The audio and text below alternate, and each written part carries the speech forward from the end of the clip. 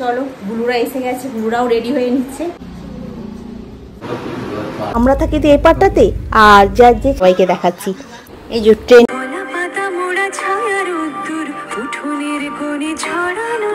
Good morning, কেমন আছো তোমরা সবাই? আশা করছি তোমরা সকলেই খুব ভালো আছো, আমিও বেশ ভালো আছি। আজ হলো তোমার রবিবার, ঘুম থেকে উঠতে লেট, কাজেরও লেট, টিফিন কিছু বানাতে হবে না। এই দেখো সব বানিয়ে নিয়েছে। এখানে তরকারি আছে, এটাতে তোমার ছোলার ডাল, এটাতে তোমার লুচি, আর এখানে তোমার চা অলরেডি আমার ফুটে গেছে। আর বাসনগুলো কালকে কিছু বাসন রাত্রিবেলা তনু খেয়েছিল, ওই বাসনগুলো পড়ে আছে, আমি একটাও মাজিনি, ওটা মাজতে হবে। মাংসও নিয়ে আসা হয় না, মাংস নিয়ে আসতে যেতে হবে, অনেক কাজ আছে। আজকে সকালবেলা ঘুম থেকে উঠতে একটু লেট করে ফেললাম বলে সব কাজের দেরি হয়ে গেল। এই জন্য আমার সকালবেলা না লেট করে উঠতে ইচ্ছা করে না, কিন্তু রবিবার তো, রবিবার মনটা হয় যেন একটু শুই, ভাল লাগে না উঠতে। কিন্তু ওই যে না উঠলে, এই যে আজকে আমার বোনকে দেখতে যেতে হবে বিকেলবেলা, মাথায় শ্যাম্পু করতে হবে, অনেক কাজ আছে। দেখো আজকে দুটো জায়গায় দুটো কাপ কোল্ড ড্রিঙ্কসটা নিয়ে এসে রেখেছে। কোল্ড ড্রিঙ্কসটা সেদিনকে নিয়ে আসা হয়েছিল, কোল্ড ড্রিঙ্কসটা তোমার এখনও ফ্রিজে রয়েছে। তনু কালকে রাত্রিবেলা আবার কোল্ড ড্রিঙ্কস ঢেলে খেয়েছে ওই কাপেতে, আর একটুখানি কাপে করে ঢেলে খা। এই যে কাপ ফাপ সব এখানে পড়ে রয়েছে, জানো কি বলবো বলো তো। চলো এখন আমি চাটা ছেঁকে নিয়েছি। তনুকে, হ্যাঁ আবার একটা কি, তনুকে এতক্ষণ বসে বসে কম্পিউটারে দেখাচ্ছিলাম, ওকে দেখিয়ে তারপরে আবার এই কাজে একটা করে হাত দিচ্ছি।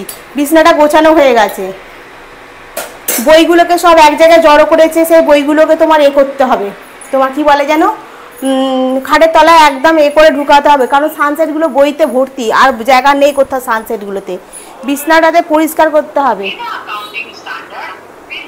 ও ট্যালি, আমারটাতে তো ট্যালি প্রাইম নয়, ট্যালি 9, এবারে ও প্রাইমটাতে দেখছে। এবার আমি ওকে বলছি দেখ 9টা শিখলেই প্রাইমটা অনায়াসে শিখে যেতে পারবি, কোনো প্রবলেম হবে না। কি কার কথা শুনে কি বলবো আর। চলো আবার কেন যাচ্ছি। ও আচ্ছা, কারণ আমি হাজার হাজার লোককে শিখিয়ে দিচ্ছি, হাজার হাজার স্টুডেন্ট আমার কাছে শিখছে, আর আমার বাড়ির মানুষ হচ্ছে না আমি কিছু জানি না, বাকি সবাই সব কিছু জানে। কোথায় বললুম হ্যাঁ ঠিক আছে। তো চলো বন্ধুরা, এখন ঘড়ির কাটা 9টা 20, মানে আমাদের ঘড়িতে এখন 9টা 10 বাজে। তো চলো এখন খাই, হাঁপিয়ে গেছি। এই আর এক হাতে ক্যামেরা ধরে থাকি বলতে এই হাতটা আবার কন করে। চাটা খেয়ে রেডি হয়ে বেরিয়েছিলাম একটু বাজারের দিকে, ভাবলাম যে একটু মাংস নিয়ে আসি। তনু বলছিল বিরিয়ানি খাবো, আমি তাহলে একটু বিরিয়ানি করে দেবো, ব্যাস ঝামেলা মিটে যাবে। ও বাবা, মাংস আনতে গিয়ে আমি নিয়ে এসেছি ইলিশ মাছ। ইলিশ মাছটা আমি দেখতে পেয়ে আর লোভ সামলাতে পারিনি, আর যে সবাই কিনছে ইলিশ মাছটা, বেশি ওজনের নয় জানো, 500 ওজনের ইলিশ মাছ এটা, তাই নিল তোমার 450 টাকা। প্রথমে বলেছিল 490 টাকা, আমি বলছি এত টাকা আমি দিতে পারবো না, তুমি যদি 450 টাকা করো তাহলে নিতে পারি। তো বলতে 450 টাকা দিয়েছে। তবে ইলিশ মাছটা খেতে খুব সুন্দর জানো তো। আর এই কাকিমার কাছে মাছের দামটা বাজারের থেকে একটু বেশি হয়, সেটা সবাই জানে, কিন্তু কী বলতো মাছটা কিন্তু খুব ভালো দেয়, এটাই হচ্ছে সবচাইতে ব্যাপার। তুমি হয়তো একটুখানি কম দামে মাছটা কিনতে হবে, মাছটা খুব একটা ভালো হবে না। আর আমি মাছ তো খুব একটা বুঝে কিনতে পারি না, ভালো কি খারাপ, সেই জন্য আমি কাকিমার থেকেই নিই মাছটা। তবে কাকিমার মাছটা খুব ভালো দেয়। আর এখন কী বলতো, কিছুটা মাছ করব আর কিছুটা মাছ রেখে দেবো, এটা সোমবার দিনকে আবার করব, কারণ ইলিশ মাছ ভাজা, ইলিশ মাছের তেল আর ইলিশ মাছের ঝাল দিয়ে খাওয়া হয়ে যায়। ইলিশ মাছের মাথা দিয়ে পুঁই শাক খেতে খুব ভালো লাগে ঠিক কথাই, কিন্তু এখন তো পুঁই শাক নেই, তাই শুধু ইলিশ মাছটা ভাজা করব, তেল ঝাল করব, একটু নুন হলুদ মাখিয়ে খানিকক্ষণ রেখে দেবো। আর ওদিকে ইন্ডাকশানে ভাতটাও বসিয়ে দিয়েছি। আর আজকে তো আমার বোনের জন্য ছেলে দেখতে যাবো বলে সকাল থেকে তোড়জোড়টা একটু বেশিই হচ্ছে জানো তো। আর ঝালের মধ্যে তোমার মশলায় দিচ্ছি সাদা সর্ষে, একটু কালো সর্ষে, একটু পোস্ত, আর তোমার দিচ্ছি 4টে কাঁচা লঙ্কা। ইলিশ মাছের ঝালে দেখবে কাঁচা লঙ্কা যদি ভেঙে দেওয়া যায় না, আর সেই কাঁচা লঙ্কাটা তোমার ভাতের সঙ্গে মুলে খেতে দারুণ লাগে, তাই না? আমার তো খুব ভালো লাগে।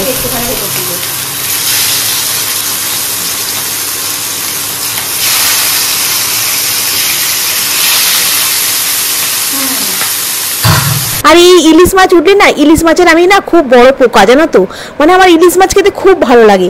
আর আমার মাকে তখন বলতাম তেল যদি না বেরো তুমি তেল দিয়ে তেল বার করবে, সেই তেল দিয়ে আমি ভাত খাবো। এত ভালোবাসতাম। এখনও আজকেও তেল বার করে রেখেছি, যদিও তেল বার করতে হয়নি, মানে মাছ ভাজার সময় তেল মোটামুটি বেরিয়েছে। আর যে ইলিশ দেখবে ফটফট করে দেখবে ভাজার সময় ভাজে মানে ফাটে, তখন সেই ইলিশটা দেখবে খেতে খুব সুন্দর লাগে। তো ইলিশ মাছের ঝালটা যে খুব ভালো হয়েছিল খেতে জানো, আর ইলিশ মাছটাও খুব সুন্দর। কিছু জামা কাপড় শুকিয়েছে নাইটিগুলো, ওগুলোকে তুলে নিয়ে চলে এলাম, কারণ দুপুরবেলা তো আবার আজকে কাচবো না, চাদর ফাদর ভেজাইনি। দুপুরবেলা এমনি নাইটি তোমার তনুর জামা আমার জামা সব কটা মিলিয়ে মিশিয়ে এক বালতি হয়ে যাবে।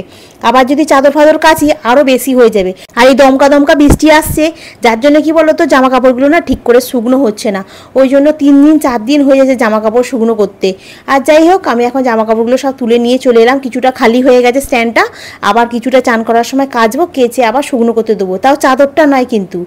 আর এগুলো সব গুছিয়ে গুছিয়ে রেখে দিই। রান্না তো আমার হয়ে গেছে কমপ্লিট, এদিকের কাজগুলো একটু করে নিই। আজকে রবিবার, একটু না পরিষ্কার করলে না ঘর দোলগুলো হবে না। আমার না সব কিছু ভাল লাগে কাজ করতে, আমার জামা কাপড় গোছাতে একদম ভাল লাগে না। কেন বলো তো, মানে তুমি কত জামা কাপড় গোছাবে, সারাদিন আমার গোছাতে গোছাতেই হয়ে যায়। আলমারিটাও কি অবস্থা, এত শাড়ি এত জামা কাপড়ে ভর্তি হয়ে গেছে ঠাসা, যে আলমারিটা আমার গোছানোই হচ্ছে না। একদিন গোছাবো আলমারিতে সব কিছু টেনে নাবিয়ে। তনু গেছে ওই তোমার জেরক্স করাতে, জানো তো ওদের সেই কম্পিউটারের প্রজেক্টের কি লাগবে, ওর বন্ধুকে ফোন করলো, ওরা সব প্রিন্ট আউট বার করতে গেছে। আর এই সময় তনু নেই, আমি বলি না এখন বিছানাটা ঝেড়ে ঝুড়ে পরিষ্কার করে দিই। আর এই ফার্নিচারগুলো একটু আজকে যদি না মুছে রাখি তাহলে কি বলতো আরও ধুলো পড়ে যাবে।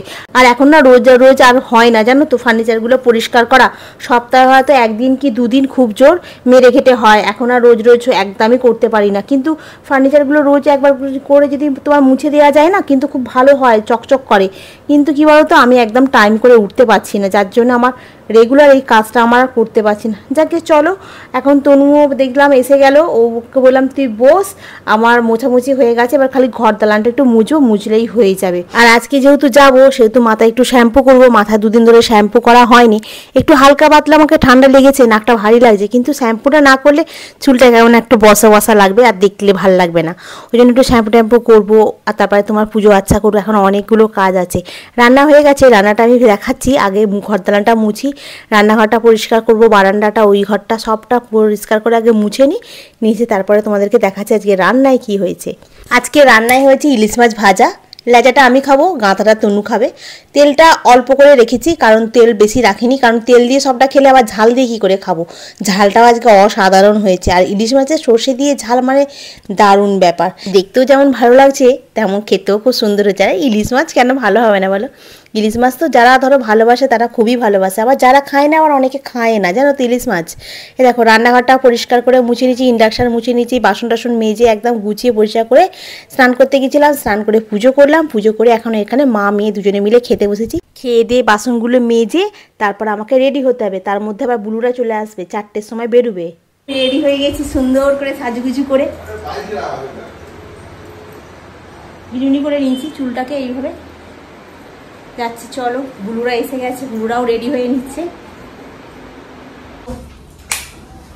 এই যে বুলবুলিকে কেমন লাগছে, ভালোই দেখাচ্ছে, ভালো করে দাঁড়া। হ্যাঁ এই যে আমি সেজেছি, আর আছে বুলবুলি সেজেছে। আমি সেই যেদিনকে পুজোর বাড়িতে জামাটা পরে গেছি, শাড়িটা পরেছিলাম, ওই শাড়িটাই আমি পরেছি।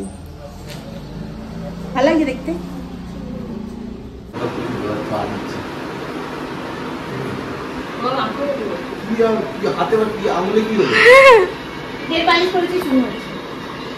এখন বাইরে প্রচন্ড পরিমাণে বৃষ্টি হচ্ছে, বাবুয়ারা এখন আসছে, তাড়াহুড়ো করার কিছু নেই।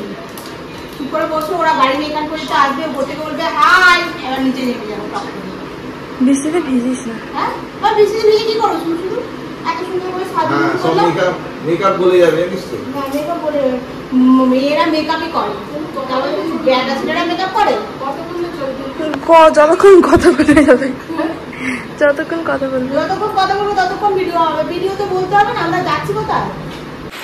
ঝমঝম করে বৃষ্টি হচ্ছে।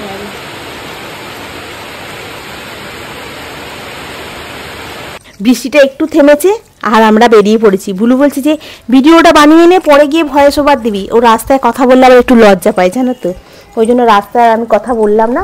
এবারে আমরা দুজন যাচ্ছি, আর এই দেখো গাড়ি নিয়ে চলে এসেছে আমার ভাই, এবারে গাড়িতে উঠে পড়েছি। আমাদের কি বলতো, আমরা থাকি তো এই পাটটাতে, আর যে ছেলেটাকে দেখতেছি সেটা থাকে তোমার আমাদের রথতলার ওইদিকে। তো মোটামুটি চলো আমরা পৌঁছেই গেছি প্রায়, আর এই যে বসে আছি। বুলু বলছে তুই ভিডিও করছিস? আমি হ্যাঁ।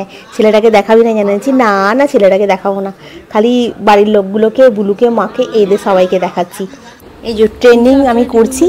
আর এইটা তোমরা কালকে সন্ধ্যাবেলা পোস্ট পাবে। দুপুরবেলা আমার ভিডিওটা দেখবে, কিন্তু সন্ধ্যাবেলা আমি এই পোস্টটা করব। সবাই করছে দেখে আমিও মনে হলো একটু করি। তারপরে যখন গেছিলাম শাড়িটারি পরে সেজে গুজে বসেই আছি, তাহলে তনুকে বললাম তনু একটু বানিয়ে দিবি, করবো। তুমি বললাম হ্যাঁ বানিয়ে দেবো, করবো।